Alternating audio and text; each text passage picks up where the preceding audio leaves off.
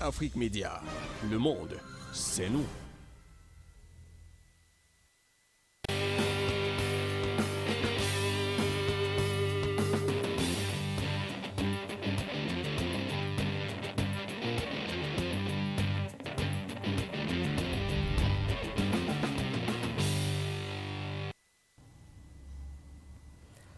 Bonsoir l'Afrique et bonsoir le monde. Bienvenue mesdames et messieurs à Conakry. Comme vous le savez, nous sommes en Guinée dans le cadre de cette mission élections législatives et référendum pour l'année 2020. Élection reportée initialement prévue pour le 1er mars et donc les experts de la CEDEAO ont effectué la mission qui est la leur, celle d'examiner le fichier électoral afin de trouver les anomalies, les imperfections, proposer des corrections et bien sûr ce qui a été fait jusqu'ici. Voilà pourquoi la Commission électorale nationale indépendante a choisi la date du 22 mars prochain, un nouveau calendrier donc électoral qui doit encore passer l'obstacle de la Cour constitutionnelle avant d'être éventuellement avalisé par le président de la République, le professeur Alpha Condé. Avec nos panélistes du jour, nous essaierons donc de parler, de revenir sur ce rapport, sur tout ce qui a été dit autour, mais surtout sur ce qui attend les Guinéens d'ici la date du 22 mars, si cette date est approuvée. Voilà donc ce qu'il y a à dire. Et pour en parler, nous sommes avec un de nos plus fidèles compagnons depuis le début de notre mission. Amara, donc Amara est avec nous, Amara Nabi Kamara. Bonjour, bonsoir Amara. Bonsoir Bachir. Je rappelle que vous êtes journaliste. Je suis très heureux d'être sur le plateau de cette télévision panafricaine pour discuter pour la deuxième fois le sujet concernant le double scrutin concernant la Guinée. Voilà, la Guinée qui est votre pays, il faut bien le rappeler. Non, mon pays, effectivement. Voilà, merci Amara d'être avec nous. Tout en face de vous, à l'extrême gauche, c'est pas extrême politique, hein, c'est extrême gauche sur notre plateau, c'est bien sûr Dr Yaïbé Augustin, qui nous vient donc du Tchad, consultant permanent à Afrique Média du côté du pays de Toumaï. Bonjour, bonsoir, Dr Yaïbé. Bachir, bonsoir encore une fois de plus à tous nos téléspectateurs. Je voudrais saluer comme ça de passage tous nos téléspectateurs qui nous regardent à travers le monde entier. Et surtout, je voudrais encore, dire merci à tous les techniciens au niveau du Douala et également ceux qui sont avec nous ici en Guinée-Conakry, où nous allons une fois de plus, avoir le débat contradictoire et surtout la gouvernance électorale qui va se dérouler ici en Guinée-Conakry.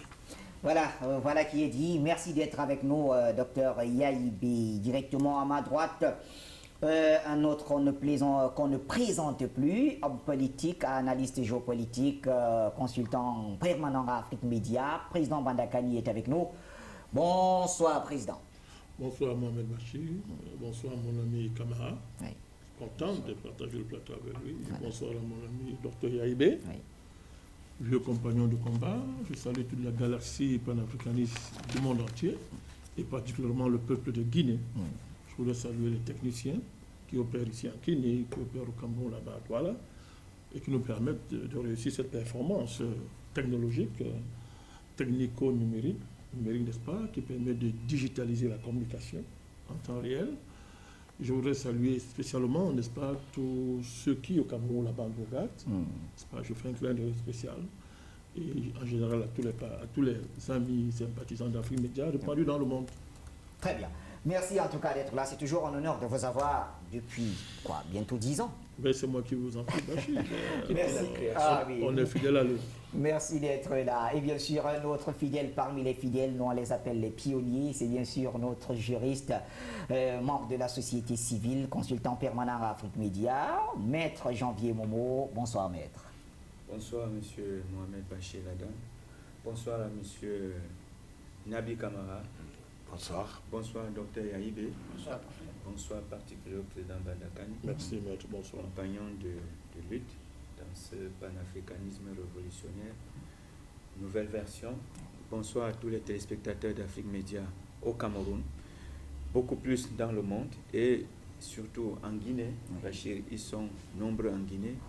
Ils sont à Pita, ils sont à Mamou, ils sont à Labé, ils sont à Kankan, Sigiri, Boké, Zérekore, Macenta, et tout ce que vous pouvez imaginer. C'est ça la Guinée, sans oublier Conakry où nous nous trouvons.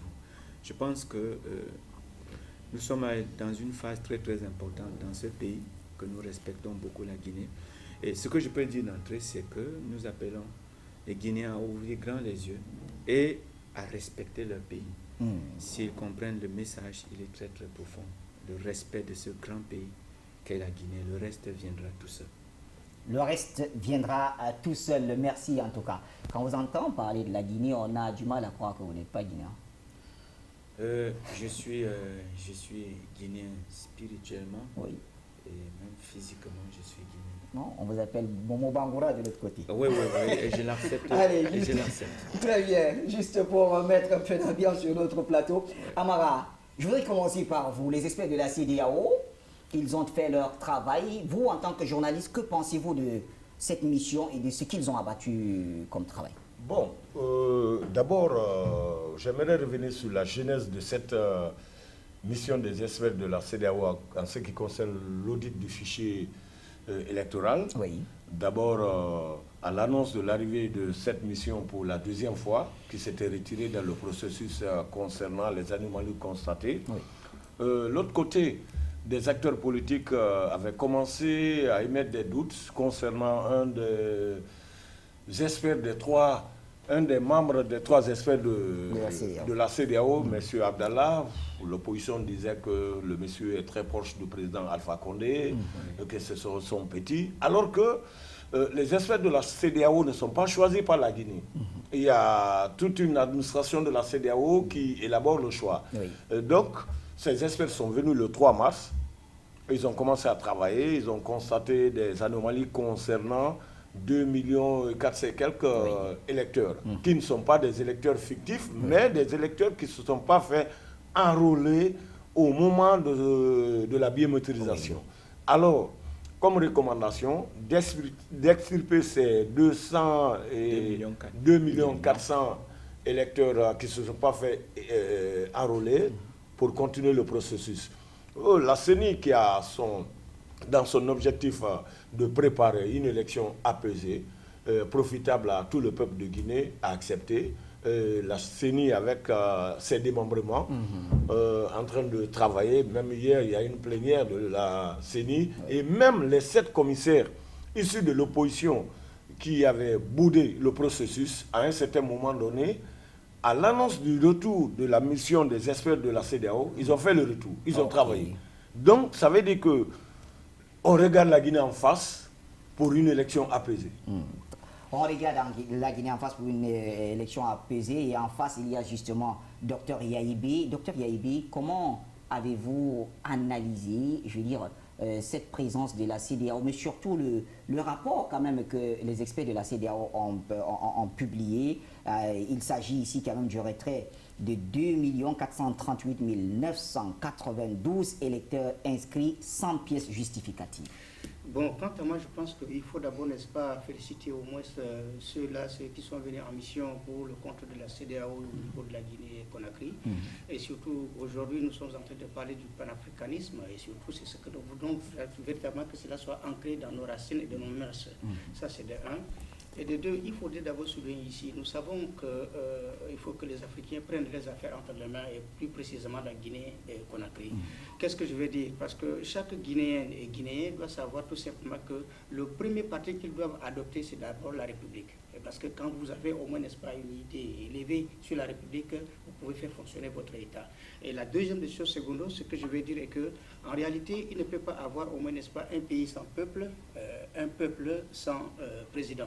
Qu'est-ce que je veux dire? Je veux dire tout simplement, le peuple représente ici, si un peuple ou qui ressemble à une voiture sans carburant, ça ne peut pas avancer. Et aussi un peuple sans un leader.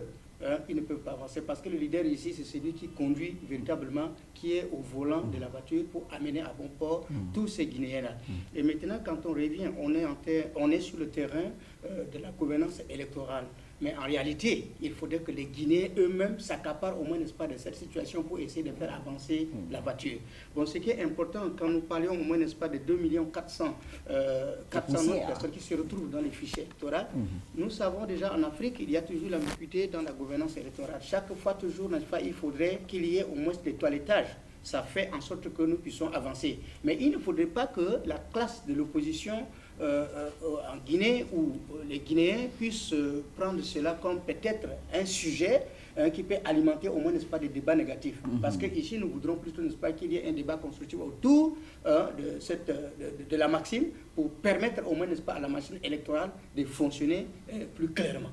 Donc, je crois bien, en réalité, c'est une bonne chose, afin que nous soyons là et que les Guinéens eux-mêmes puissent essayer de voir la situation qui prévaut par rapport à ces élections. Merci, Dr Yaïbé. Président Bandakani, la présence de la CEDEAO, est-ce qu'on pourrait dire que la présence des experts de la CEDEAO, est-ce qu'on pourrait voir ça comme une présence salutaire au vu du fait que depuis quand même qu'ils sont là, tout est calme, un peu comme si toute la Guinée n'attendait que ce rapport?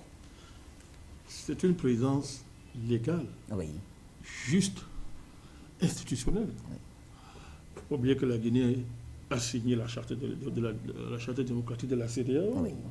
La Guinée est membre de la CEDEAO.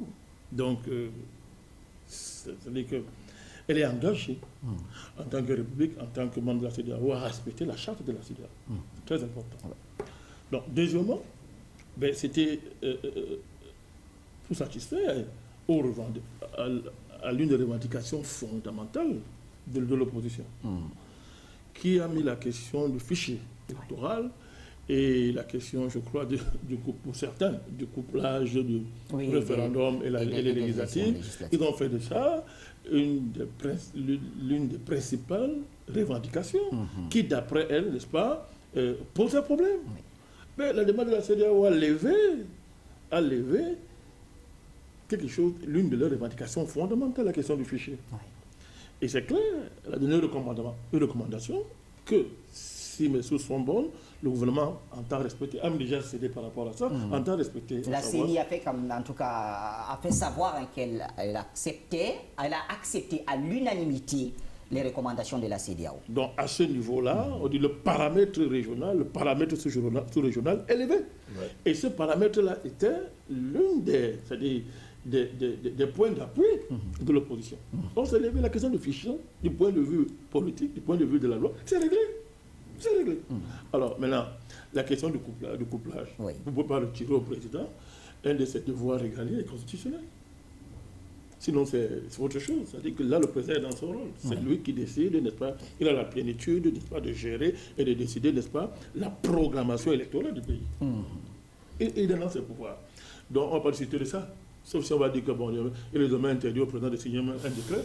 Voilà. Donc, ça veut dire que là, le président est dans son rôle. Il est dans son rôle. Donc, le truc est clair, la démarche est claire. C'est-à-dire que je crois que là, du point de vue de la sérénité, du point de vue de